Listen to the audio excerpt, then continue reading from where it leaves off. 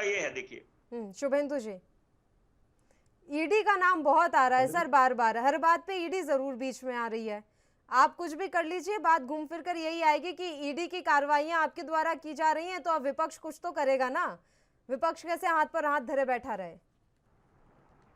अच्छा, मैं एक चीज जानना चाहता हूँ कि अभी जो प्रवक्ता बोल रहे थे मेरे को समझ में नहीं आया, वो किस जी, पार्टी के थे? ये शिवसेना के प्रवक्ता हैं। वो अच्छा, ठीक है। हम्म। मैं एक चीज कहूंगा, कल कलकत्ता में हम्म। कूड़े की तरह एक कमरे में नोट भरे थे, गाड़ियों में भर के लेके जाना पड़ा। जी। और ममता जी कहती हैं हम जानते ही नहीं है इनको।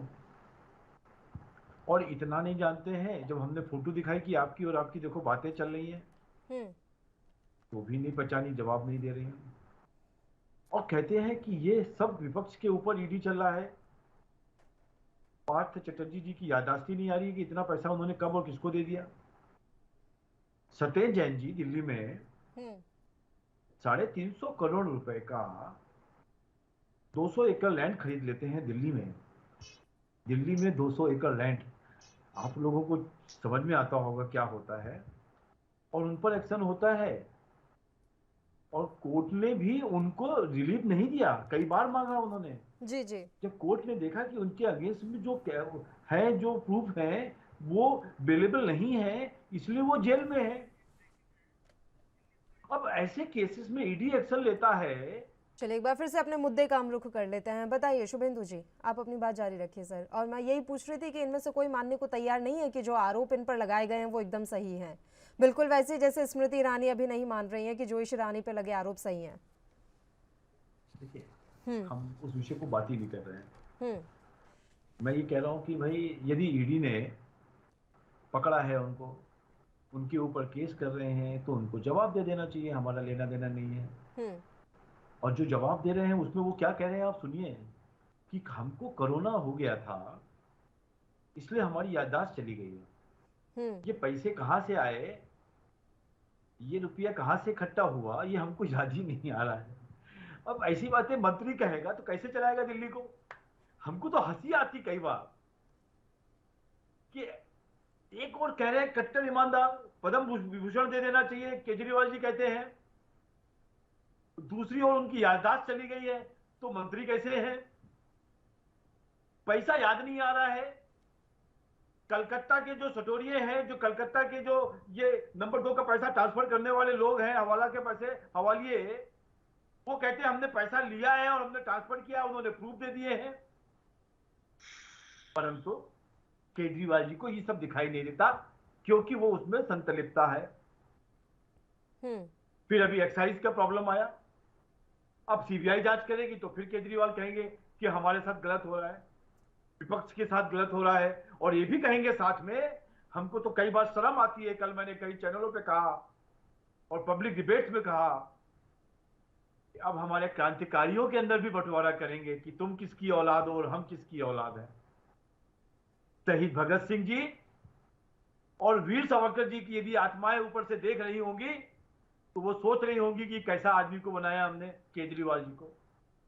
ये हमको शर्म आती है कि ये एक स्टेट का, जो दिल्ली का, देश का कैपिटल दिल्ली है, उसका चीफ मिनिस्टर है, जो ऐसी भाषा बोलता है कि हम किसकी औलाद है, तुम किसकी औलाद हो। असेंबली में बोलता है, हमको देखकर बीजेपी वालों की पैंट गीली हो जाती है। ये एक पढ़ा लिखा आईआरएस है क्या? शर्म आती है कई बार हमको, नाम के आगे जी लगाने में भी घृणा होती है अपने आप से। ये किस मानसिकता पे चले गए लोग? राजनीति के अंदर जिन विषयों पर हम बात करने वाले हैं, हम इशू बेस्ड बात करते हैं। आपके चैनल पे लगातार बहुत सारे विषयों पर, चाहे वो किसान आंदोलन से विषय जुड़ा हो या कोई हिजाब पर जुड़ा हो, हमने अपने विषय रखे, अपनी मानसिकता रखी है। पर हम इतने गिरे नहीं जितना ये लोग गिर गए। जवाब देना चाहिए इनको। ईडी ने क्वेश्चन पूछा है, आपको सामने प्रधानमंत्री का भी जी। विषय जी। आया, लगा साहब 10 साल तक उनको घेर के रखा गया उन विषयों के ऊपर। जब सुप्रीम कोर्ट ने उस पे क्लीन चिट दी और कहा उन्होंने कि जिन लोगों ने ये सब षड्यंत्र किया था उन पर एक्शन होना चाहिए, तब तो इनकी आंखें खुलनी चाहिए। तब तक क्या भारतीय जनता पार्टी में किसी ने भी ये कहा कि हम तो विपक्ष में थे, हमारे साथ गलत हो रहा है? हमसे प्रश्न पूछे गए, हमने जवाब दिया और हम स्वच्छ होके बाहर निकले। ऐसी हम कल्पना करते हैं राजनीति में, ऐसी आज राजनाथ जी ने भी बात कही, नियत सही थी, नीति गलत हो सकती है किसी की भी। तो प्रियंका यदि हम चतुर्वेदी ने जो हम ट्वीट इस किया है उसका तो आप सम्मान कर ठीक रहे कहा। होंगे ना सर?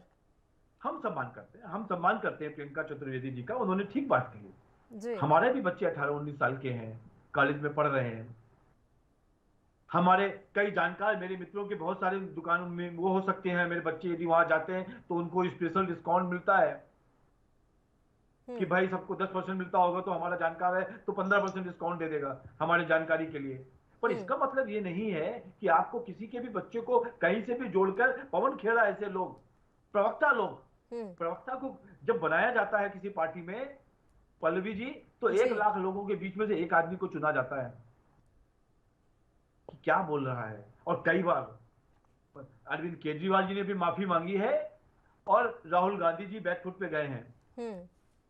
तो राजनीति को इतना गंदा ना करें कि उसके अंदर खाली कीचड़ कीचड़ बचे। विपिन शर्मा जी जानते हैं, शिवसेना के अभी जो हमारे प्रवक्ता हैं उनको भी मैं ये कहना चाहता हूं कि एक भी एग्जाम्पल बता दें कि ईडी ने नॉन पॉलिटिकल लोगों के ऊपर इल्जाम लगाया हो। हाँ, किसी केस में कोई फंसा हुआ है, गलत ट्रांजैक्शन हुआ है, तो उससे पूछा जरूर जाएगा, परंतु राजनीति मत करिए, लोगों को शांति से रहने दीजिए। अभी स्मृति ईरानी ने जो कहा कि जो भी आरोप लगाए गए तो अब वो कानून का सहारा जरूर लेंगी, यानी कि इन आरोपों का वो खंडन कर रही हैं, तो फिर हम यही समझे वो जो कानून का अब सहारा लेने वाली है स्मृति ईरानी, वो स्मृति ईरानी लेंगी या बीजेपी के द्वारा लिया जाएगा? देखिए, बीजेपी का कोई लेना देना नहीं है जी। बीजेपी के ऊपर कोई इल्जाम नहीं लगाया कि बीजेपी का कोई बार है, ये स्मृति ईरानी जी को लगाया गया है, उनके परिवार पे लगाया गया है। और उन्होंने कल अपने प्रेस कॉन्फ्रेंस में बताया है, कल प्रेस कॉन्फ्रेंस में उन्होंने बोला विदाउट बीजेपी के मंच से उन्होंने बोला, और बड़ा हम उनका सपोर्ट करते हैं, हर तरीके से सपोर्ट करते हैं, और उन पे केस होना चाहिए जो लोग जिन्होंने ऐसा बोला है। और भाजपा का कोई इस मैटर नहीं है जिसमें भाजपा अपना कोई केस करे या। चलिए ठीक है। बाकी बीजेपी की तरफ से ये आधिकारिक बयान तो हम माने ना कि जो भी आरोप लगाए जा रहे हैं जोश ईरानी पर, उनका आप खंडन करते हैं, या वो सिर्फ स्मृति ईरानी का आधिकारिक बयान है?